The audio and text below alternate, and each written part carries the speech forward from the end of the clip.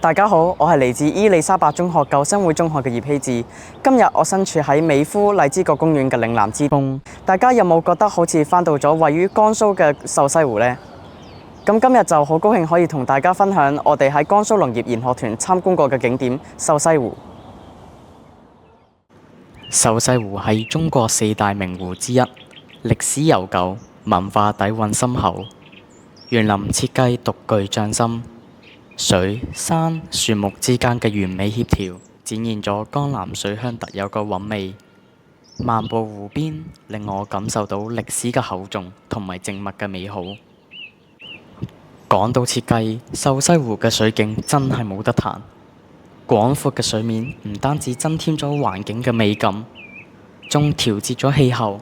維護生態系統。而四季更迭嘅植物，例如水柳同埋櫻花，吸引咗好多生物去棲息，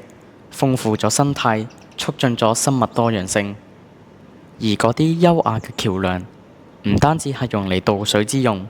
更加係觀賞美景嘅理想位置。咁呢啲秀西湖嘅設計元素，可以為香港嘅城市景觀帶來啲咩嘅啟發呢？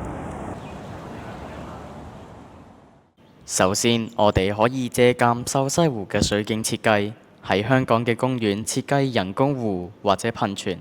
提供涼快嘅環境，同時促進生物多樣性。想像一下，夕陽照耀喺水面上面，嗰個波光粼粼嘅效果，真係令人心曠神怡。其次，秀西湖嘅植被配置理念亦值得我哋去學習，可以設計更加多嘅綠化帶同埋垂直花園，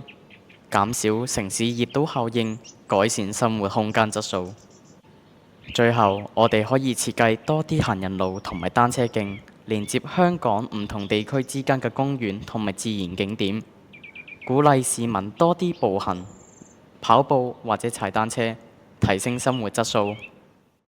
總結一下，秀西湖嘅園林設計唔單止帶來環境嘅美化，仲要促進咗生態嘅平衡。如果我哋可以將呢啲設計元素融入去香港嘅城市規劃裏邊，一定可以為我哋香港城市嘅景觀同埋生態環境帶來顯著嘅改善。